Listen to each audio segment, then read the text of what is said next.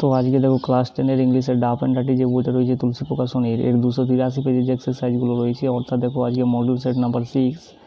তো আজকে দেখো এর এক্সারসাইজগুলো আজকে করানো হবে। তো এ থেকে দেখো choose the correct alternative to complete the following sentences, অর্থাৎ এখানে কারেক্ট অপশানটাকে চুজ করতে বলা আছে। 1 নাম্বার দেখো ওয়াকিং উইথ বাপু, তো সঠিক অপশান এখানে হয়ে যাবে দেখো হ্যাড স্পেশাল মিনিং।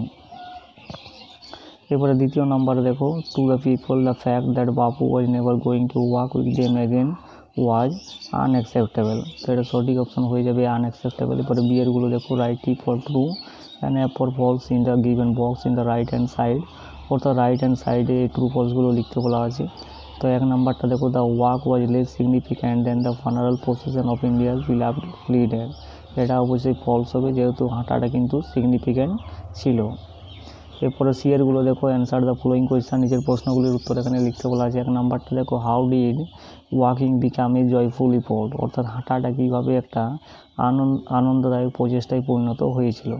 তো উত্তরটা আমরা এইভাবে লিখবো দেখো walking required no vehicle accept his own body and cost him nothing but his energy. বলছে Gandhiji took his necessity as he took much that was commonplace and transformed it into a joyful effort, এই যে লাইনটা এখানে দেওয়া রয়েছে দেখো ইট required থেকে এই যে ইফোর্ট পর্যন্ত। এরপরে পোয়েমের এক্সারসাইজগুলো দেখো এ থেকে দেখো choose the correct alternative to complete the following sentences, correct অপশানটাকে এখানে চুজ করতে বলা আছে। 1 নাম্বার দেখো the thing that differs from one person to another is, তো এখানে হয়ে যাবে ট্যালেন্ট। এরপরে দ্বিতীয় নাম্বার দেখো unlike the squirrel the mountain can crack a nut, সঠিক অপশান হয়ে যাবে বি। এরপরে বিয়েরগুলো দেখো is the following sentences is either true or false, write T for true and app for false in the boxes on the right hand side, also pick out suitable line or phrase from the passage in support of your answers। 1 number দেখো the mountain is not as lively and spirited as the squirrel, এটা কিন্তু অবশ্যই true হবে যেহেতু এই স্কুরেলটা কি বলেছিল দেখো you are not so small as I and not half so spry। এরপরে 2 নাম্বার দেখো the squirrel is sample of his own existence, এটা অবশ্যই ফলস হবে যেহেতু কিন্তু স্কুরেলটা কী ভেবেছিল দেখো and I think it no disgrace to occupy my place, এটা হবে সাপোর্টিং স্টেটমেন্ট।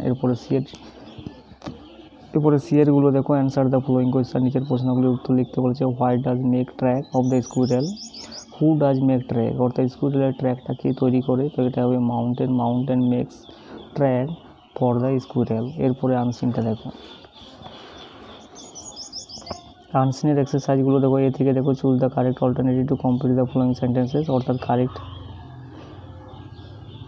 এখানে কিন্তু বলা আছে দেখো এখানে কিন্তু প্রশ্নগুলির উত্তর এখানে লিখতে বলা আছে। তো দেখো how do polythene bags cause the death of child, অর্থাৎ একটা শিশুর মৃত্যু কীভাবে পলিথিন কারণ হয়ে দাঁড়ায়। তো আমরা উত্তরটা এইভাবে লিখবে দেখো babies cover their heads and open die gasping for breath since air will not pass through polythene thus polythene তারপরে শেষ পর্যন্ত লিখতে হবে thus polythene bags causes the death of child, এই যে লাইনটা এখানে দেওয়া রয়েছে দেখো এই যে breath since air will not pass through polythene. এরপরে 2 নাম্বার দেখো হোয়াট ইজ গ্রিন পিস, অর্থাৎ গ্রিন পিস কি, তো green peace is known as environment group.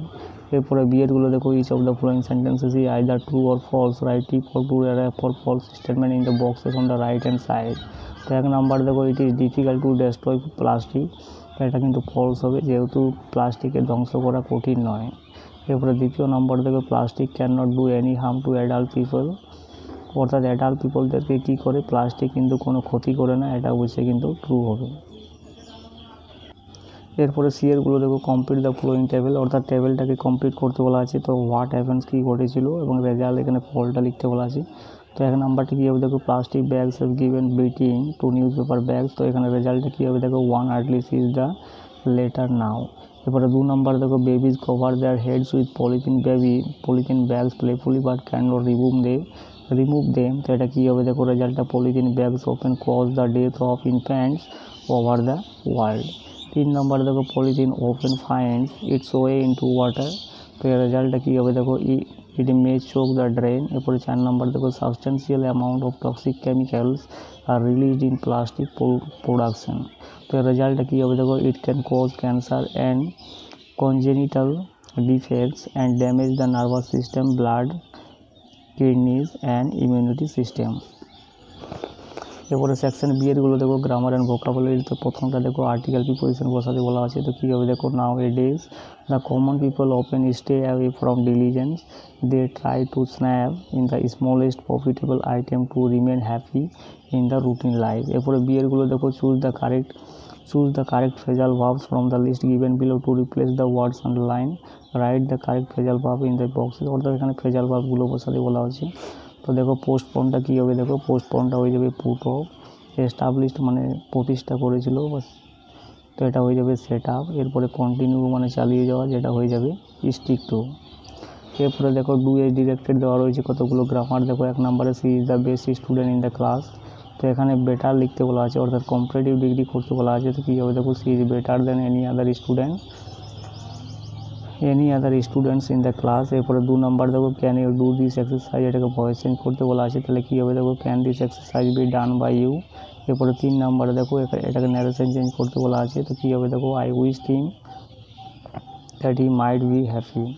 এরপরে 4 নম্বর দেখো এটাকে স্প্লিট করতে বলা আছে, অর্থাৎ দুটো সেন্টেন্সে ভাগ করতে বলা আছে। তাহলে কী হবে, he is rich, he did not help me.